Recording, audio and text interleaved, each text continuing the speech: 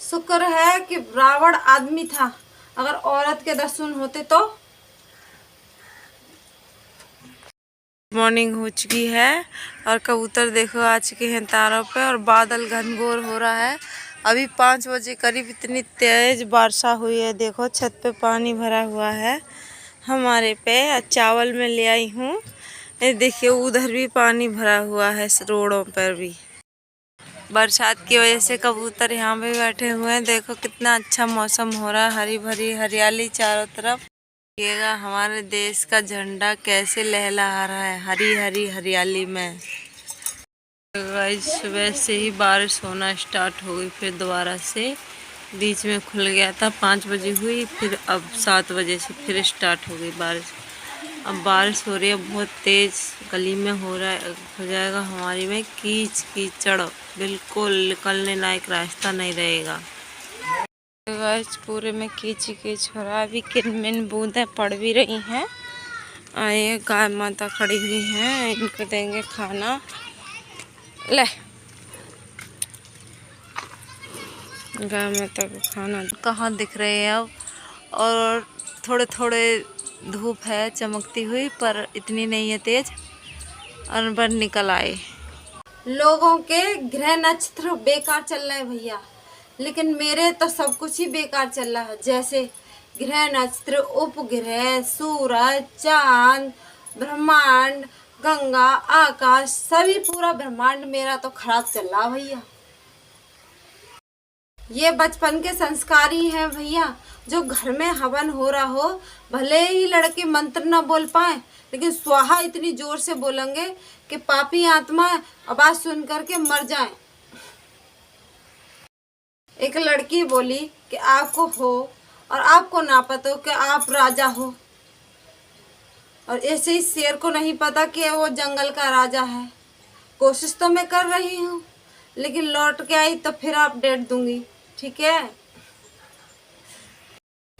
अगर कोई चीज ना मिल रही हो तो औरन के घर के कहेंगे बेटा वही देखो, वही रखी होगी नीचे वाले डोर में देखो। और हमारी मम्मी अगर मैं उठ गई और मोह पाएगी तो सुधारूंगी, तो जाओ अभी रुक जा, आ रही हूँ मैं। हिम्मत है तो अपने गैंग के लड़कों को शेयर करो भैया। एक लड़का वो रात दिन के 10 बजे उठता था सोकर, और एक दिन वो पहले उठ गया तो बाप बोला वाह मेरे बेटा, वाह मेरे शेर। तो लड़का बोला ना तेरा बेटा ना तेरा शेर, मूतने उठा हूँ फिर दोबारा सोऊंगा। जो मेरा दोस्त पहले दिया जलाकर अंधेरे में पढ़ाई करता था, वो दोस्त आज आंधी तूफान बारिश और सुनामी में भी दारू के ठेके तर पहुंच जाता है। मौत और मोहब्बत तो सिर्फ नाम के बदनाम है। असली टेंशन तो डर तो बहुत जब लगता है भैया, जब नेट स्लोली स्लोली चलता है। ओ हो, चाहे मौत हो जाए पर नेट हैवी चलना चाहिए। जो लोग मैसेज नहीं करते उन्हें मैं एक बात बता दूं, मैसेज करने से शरीर स्वस्थ रहता है और त्वचा कोमल होती है। एक ताऊ मरने वाले थे भैया, तो घर वाले बोले अब तो भगवान का नाम ले लो। तो ताऊ बोले अब क्या फायदा भगवान का नाम लेने से, अरे 10-15 मिनट बाद अब तो भगवान का आमना सामना ही हो जाएगा। साड़ी बिच नारी है कि नारियों की साड़ी है, और साड़ी की साड़ी है और नारियों की साड़ी है। ये कोई संध्या अलंकार नहीं है, ये सिर्फ हम जैसी पतली लड़कियों को देखकर बोली जाती है। पहले मैं भी कहती थी जो होगा देखा जाएगा। अब इसकी भैंस की आंख, अब मेरे साथ ऐसा ऐसा हो रहा है, देखा नहीं जा रहा भैया। वो जो इज्जत का सवाल होता है वो कितने नंबर का होता है बताओ जरा। खुश रहना तो सिर्फ प्रेशर कुकर से सीखो, क्योंकि ऊपर प्रेशर और नीचे आग, फिर भी मस्ती में सीटी बजाता है।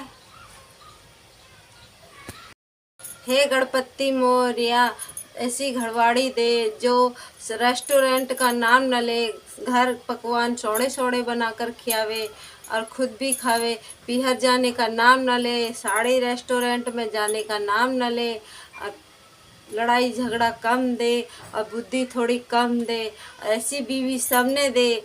जय हो गणपति बाबा, जय हो। मेरे भाई, दुनिया का सबसे मुश्किल काम वो होता है जो खूब सारी मिठाइयाँ रखी हो और कोई आपसे कहा है कि इनमें से एक उठा लो। मेरे भाई, मंदिर गया था अच्छी किस्मत मांगने, बाहर आके देखा तो कोई चप्पल भी चुरा ले गया। यार मेरे साथ तो धोखा हो गया।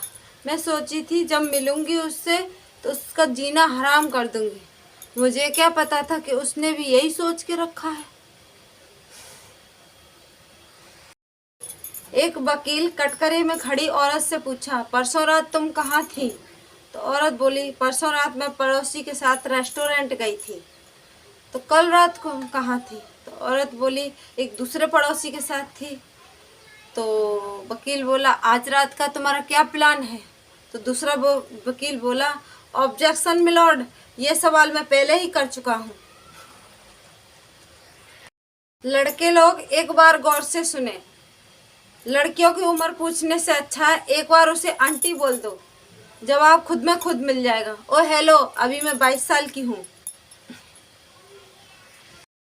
एक लड़का बोला, हम सिंगल लोग हैं जनाब, ना किसी के दिल में आते हैं और ना ही दिमाग में। तो लड़की बोली, बस खाते हैं पीते हैं और मोबाइल चला के सो जाते हैं। एक लड़का एक लड़की से बोला, बाबू आई लव यू। तो लड़की बोली, ये सच वाला है या कुछ चाहिए? तो लड़का बोलता है, ये 100% सच वाला है, और तुम लड़कियां हमेशा उल्टा ही क्यों सोचती हो?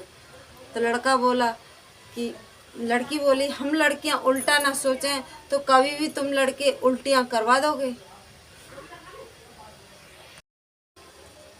एक पति ने अपनी बीवी से पूछा, तुम्हें इंस्टाग्राम चलाना आता है? तो पति बोली, नहीं मुझे नहीं आता। तो पति बोला, तुम्हें क्या आता है? तो पत्नी बोला, जुबान चलानी, कितना भी चलवा लो, कैची बराबर।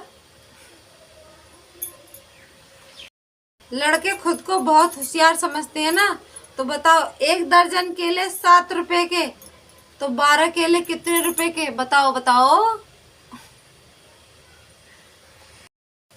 एक सास अपनी बहू से बोली, बहू सु बहुत सुंदर लगा है। तो बहू बोली, हाँ मम्मी जी वो तो मैं हूँ। तो सास बोली, जभी तो देख देख के रोटी जली पड़ी है वहाँ। बेटी बचाओ बेटी पढ़ाओ, तो क्या बेटों का टैटुआ दबा दे?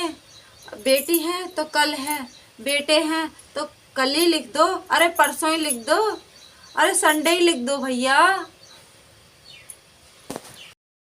एक औरत बाबा जी के पास गई और बोली, बाबा जी मुझे मेरा आदमी बहुत मारता पीटता है।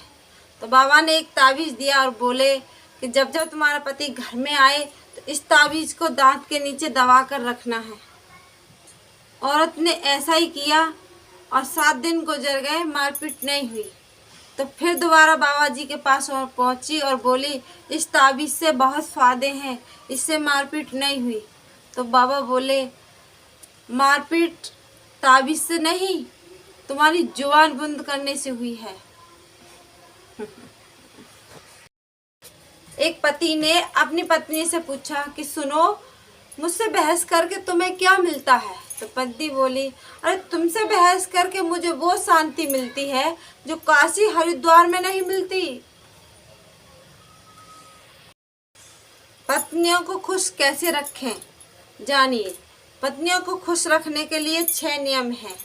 पहला, पत्नी सुंदर है ये उसको एहसास करते रहें, पत्नियों को प्यार करें। दूसरा, तीसरा, पत्नियों को उपहार देते रहें। चौथा, पत्नियों को हर दिन रेस्टोरेंट में ले जाते रहें। पांचवा, पत्नियों को छोटे छोटे बच्चों से प्यार करना सिखाएं। छठवां, पति को ये एहसास कराएं कि मैं तुमसे बहुत प्यार करता हूँ। अब पति को खुश कैसे रखना है? एक बार मुस्कुरा दो, बस पति खुश और बात खत्म और पति बर्बाद। एक लड़की कुर्ती सिलवाने टेलर के पास गई। तो लड़की बोली, भैया कुर्ती का बाजू नेट वाला लगाना। तो टेलर बोला कि बहन जी 2 GB या 1 GB। बड़े बुजुर्ग कहते हैं कि हर सवाल का जवाब देना जरूरी नहीं होता। काश ये बात हम लोग एग्जाम में लिख पाते। बुरा वक्त है, गुजर ही जाएगा, लेकिन डर इस बात का है कि कहीं मुझे लेकर न गुजर जाए। एक रानू मंडल है जिसने तेरी मेरी करके लाखों रुपए कमा लिए, और एक हमारी लुगाई है जिसने तेरी मेरी करके रोज लड़ाई करवाती है। एक पत्नी ने अपने पति से कहा कि सुनो, जो विष पी मैं उसे देव कह मैं, और जो जहर पी मैं उसे महादेव कह मैं। तो पति ने कहा जो गुस्सा पी मैं उसे क्या कह मैं। तो पत्नी बोली उसे क्या कहते हैं। तो पति बोला पति देव कहते हैं, पति देव। पत्नी अर्धांगिनी होती है, इसलिए उसे आधी जानकारी दें, पूरी जानकारी देकर अपना जीवन कष्ट में न बनाएं।